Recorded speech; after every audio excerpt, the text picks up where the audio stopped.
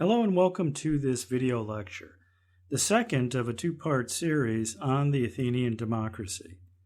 In the previous lecture, we looked at the slow, incremental progression of Athens towards a democratic form of government. Through several centuries, the Athenians transitioned from monarchy to single archons to multiple archons holding office for a limited term, for a yearly term. We looked at the attempts of the Athenians to deal with heightened socioeconomic tensions through Draco's law code and Solon's political and economic reforms. In this lecture, we will follow the continuation of the Athenian journey to democracy. Along the way, we will meet a very successful Athenian tyrant and examine the radical reorganization of Athenian society, a reorganization that will, finally, result in the creation of a democratic form of government in Athens. Now, when Solon left Athens, things didn't really get any better. There is some relief for a while, tensions seem to moderate a bit, but the same old issues begin to creep up. The poor are still very poor, and the rich are still very rich. There are indications that Solon's reforms will actually heighten tensions within Athenian society. You may remember when Solon created those four classes of based on wealth, not on birth, he did allow the second class, the second from the top tier, the Hippias, to run for the archonship. Now, this reform seems to have been adamantly opposed by, you guessed it, the top tier, the Pentacosio Medemnoi, who argued vociferously against it. Now, additionally, our sources also indicate that at this time there was factional strife involving several Aristoi families. These families were broadly divided into three geographical/political groups. One group was called the Men of the Plain. This was the areas closest to Athens. And this faction was led by an Aristoi named Lycurgus. The second faction was the Men of the Coast. That was the area that extended around and south of Athens down to Cape Sunion, on the tip of the Attic promontory. And this was led by an Aristoi named Megacles. So he leads the Men of the Coast. And the third and final group, the inland group, was called the Men Beyond the Hills. And this was the rural area east of the city, which was led by an Aristoi named Pisistratus. Now, although Pisistratus was a nobleman, he was an Aristoi, he seems to have set himself up as a champion of the poor, as a means of establishing a tyranny. You may remember the primary tactic to establish a tyranny back in the ancient Greek world was to reach out to lesser groups, lower classes, get their support, and then you might establish a tyranny. But of course, establishing a tyranny is one thing, holding on to it is another thing.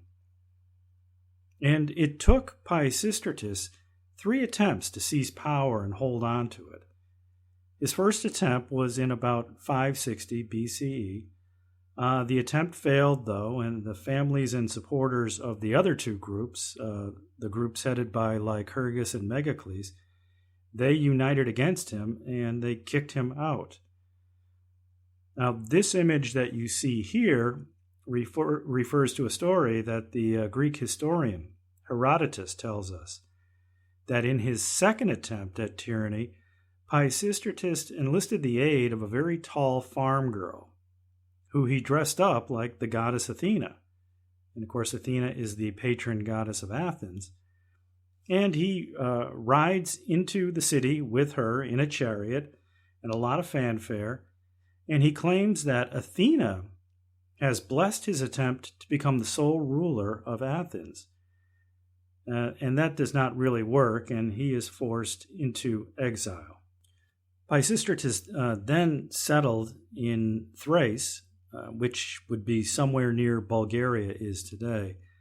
And here he built up considerable financial reserves by taking control of some gold mines. That area was notoriously wealthy in gold. So Pisistratus gets himself a share of the gold mines, and he accrues enough wealth to hire a private army. And in 546 BCE, he is able to basically invade Athens with this private army, seize power, and establish himself as tyrant of Athens. Now, it's important to recognize that the other factions were ineffective at this point because things had gotten really bad in Athens, and the lower classes were actually looking for a tyrant to save them from their plight. And Pisistratus answers the call. Now, by all accounts, Pisistratus was a very benevolent ruler, and I want to key you in on these specific reforms that he introduced. He basically initiates the first tax in Athens, taxing agricultural produce on goods being exported, which of course targeted the wealthy landowners. And he uses that tax revenue in two ways. First, to fund public works projects. And this is meant to help those thetes, the poorest of the poor. They were the lowest of Solon's 4 wealth categories. Well, they own no property, and all they can sell is their labor. Well, Pisistratus puts them to work on these public works projects, and he pays them a decent wage. This is rather like Franklin Roosevelt and the New Deal back during the Great Depression period of American history. Pisistratus will also use some of the tax revenue to give the middling farmers low-interest loans. In some case, they were interest-free loans so that they could broaden out their own agricultural produce by cultivating olive trees and other types of products that they could then export abroad and become a lot more prosperous. Again, it was that export market that seems to have been most lucrative. Well, these policies are very successful, and Pisistratus is going to be tyrant for about 20 years. That is an extraordinary achievement, and in that time, he's going to do a lot to help out the lower 2 classes of Athenian society to maintain their support. Now, Pisistratus is so well respected, he's so well regarded, that when he does die, the tyranny is going to be granted to his eldest son, Hippias. And Hippias is going to be advised and assisted by his younger brother, Hipparchus.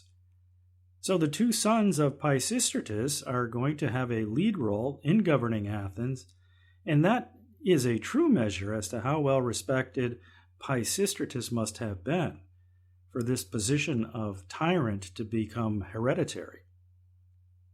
Now, Hippias governed by making certain that his relatives and friends occupied the key political offices, but he was also clever enough to allow rivals from the other aristoi families to serve as archons, thereby diffusing some of the tensions created by their potential jealousy of his superior status. Eventually, however, one of the aristoi family, this was the family called the Alcmaeonids, they arranged to have the Spartans send an army to expel Hippias. Hippias will indeed flee Athens, and he winds up as an advisor to the Persian king, seeking his support for a return to power. In the ensuing vacuum of power, the leading Alcmaeonid, a man named Cleisthenes, sought support among the masses by promising dramatic democratic reforms. And indeed, it will be Cleisthenes who will help the Athenian people build the world's first functional democracy. Democracy from the Greek demos krateia, the rule of the people. And what Cleisthenes will do is continue the process of political reforms and broadening out the participatory roles the lower classes can have in government, while also neutralizing the political advantages of the aristoi. Indeed, Cleisthenes fixated on freeing the people from intimidation by their local aristocrats. So Cleisthenes, who evidently was a very shrewd politician himself, does something radical. He fundamentally reorganizes Athenian society, going far beyond what Solon had done. From the very beginning, the Synoikism, Athenian political culture had been based on the Athenian populace being organized into 4 tribes, and these tribes were all going to be controlled by certain noble families. And these tribes, of course, were arranged geographically. You may remember the 3 factions I mentioned at the beginning of this lecture. What Cleisthenes does is to broaden out the field a little bit, actually a lot, and break the monopoly of power held by these older, more established aristoi families. He creates 10 new groups, 10 new tribes that will replace the 4 that had existed. So simply by adding to the numbers, you diversify the mix. So no longer 4 tribes, now it's 10 tribes. And these tribes are going to be called the phylai. And the phylai are going to be created in order, to break up the regional influence of certain noble families. The phylai are going to be made up of a broad spectrum of areas of Athens, drawing from each of the 3 geographical regions. And again, what I mean by that is Cleisthenes is going to take all of the districts, what are called the demes, and these are the villages or neighborhoods of Athens, and he's going to take these districts, these demes, and he's going to group them into what are referred to now as tritais. And the tritais themselves are going to be arranged according to region. And Cleisthenes will build his tritais out of the 3 distinct regions that make up the Attic Peninsula: the city and the urban environment there, the coastal areas, and the rural or inland areas. And this map gives you a sense of how this would look. Attica is divided into different sections indicated by the colors. The orange indicates the coastal tritais. The city tritais are going to be comprised of those areas of pale yellow, and the rural or inland tritais are shaded darker yellow. And each of the 10 phylai is going to have to include 1 tritai from the coast, 1 from the rural areas, and 1 from the urban area. So one of Cleisthenes' phylai is indicated in green on this map. This is how it would look. So this is one of the 10 phylai, and just add 9 more, and you get a sense that the regional dominance of the aristoi will be broken, because each one of the 10 new tribes is going to have to include some rural people, some coastal people, and some urban people. And this means that the broader spectrum of population is going to have to force people who usually don't have anything to do with one another to work together to advance the interest of their phylai, the new tribe that they now belong to. So you would have coastal people who make their living either by trade or fishing, politically working alongside farmers from the rural tritais. And, in the urban tritais, you have blacksmiths and potters and craftsmen. And now all these people are grouped together as one new phylai, one new tribe. So you get a sense that in many ways, this is a masterstroke of political brilliance designed to hopefully head off any type of stasis, any type of factionalism, by, again, getting people who are different to work together towards a common goal. Brilliant, just brilliant. Now, the Athenian democracy is going to be what we refer to as a direct democracy. And the main lawmaking body is going to be the assembly, called the ecclesia. And when we talk about the number of citizens involved in the democracy, we're looking at 40,000 adult males, and they had to have been born within the polis. So that means either in Athens itself or somewhere on the Attic Peninsula in one of those surrounding regions. And each man would have one vote. Now, this assembly would be called to meet 40 times a year, and they would have to devote time to listening to propositions being put forth and debating issues and ultimately voting on those issues, whether it be a declaration of war or levying a tax or whatever issue had been put forth for ratification. Now, the assembly had a certain meeting place called the Pnyx, and this image shows you the Pnyx and how a assembly would look. It was this rocky area that could comfortably fit about 6,000 citizens, because we have to imagine that although there are 40,000 total citizens in Attica, not everybody is going to be able to show up 40 times a year. Travel, in some cases, a very considerable distance to get to Athens, and they can't, leave their crops at harvest time, that kind of thing. So quorum is established at 6,000. And as long as 6,000 people show up during these assemblies, then business can be conducted. Now, to make things run smoothly during those 40 times a year when the assembly meets, each of the 10 phylai will have to select 50 citizens by lottery. And these citizens will serve on a 500-member council called the Boule, which replaces Solon's council of 400. And the members of the Boule arrive before the official assembly begins in order to set an agenda, so that when you get all these people, these 6,000 or so citizens arriving from the countryside or the coastal areas, there is an agenda that is already set, and the business, the political business, can be conducted as efficiently as possible. So this is the key linchpin, because even though serving on the Boule is only a temporary office, it builds a civic ethos that becomes a key cornerstone of the emerging democracy. This idea that you ought to do your civic duty, you ought to serve in various offices, and those offices should be temporary so that citizens don't get too comfortable in positions of power. Another of Cleisthenes' innovations was especially important in the military sphere.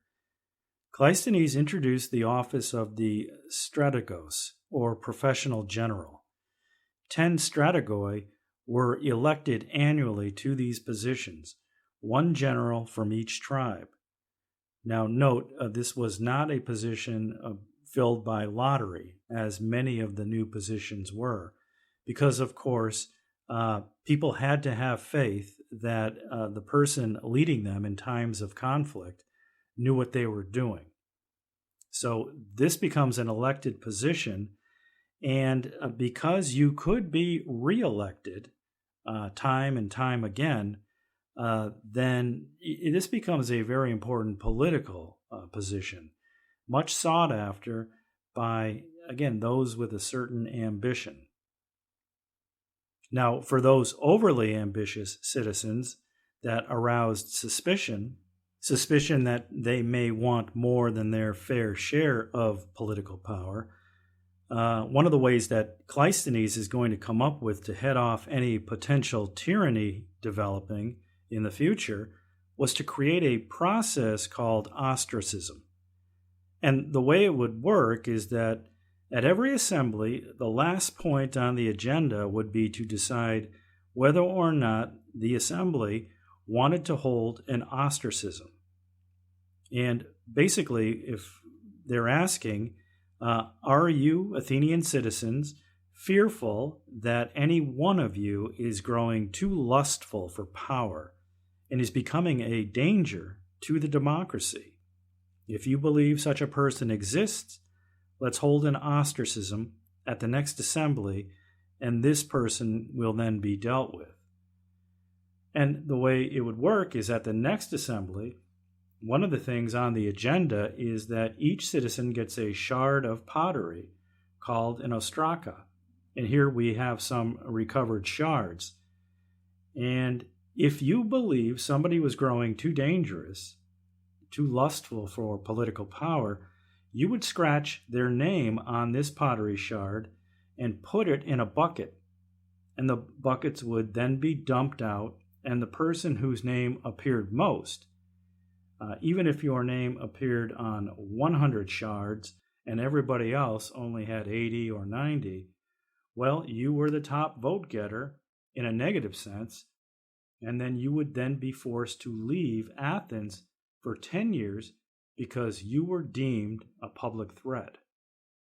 Now, your property would not be touched. You could come back in 10 years, and you could then pick up where you left off. But if at least 6,000 citizens cast their ostraca, their pottery shard, the person whose name appeared most would then be bumped out of Athens for 10 years. So this becomes a type of safety valve to prevent a tyranny from occurring again. And we'll see some very high-profile ostracisms do occur at key moments in Athenian history. And so the reforms of Cleisthenes represent the culmination of a long and arduous process of political reform, and then political reaction, and then more reform at Athens. Indeed, the Athenians had come a long way from the era of purely oligarchic rule and a lack of rights for all citizens, not to mention their enslavement at the hands of their fellow Athenians. You might remember the hectomori, those people who, again, had to enter into a type of debt slavery. Well, we are a long way from that now with the implementation of Cleisthenes reforms. And we will see how this process of reform in Athens will continue in the 5th century when we meet a guy named Pericles in Unit 6. Thank you.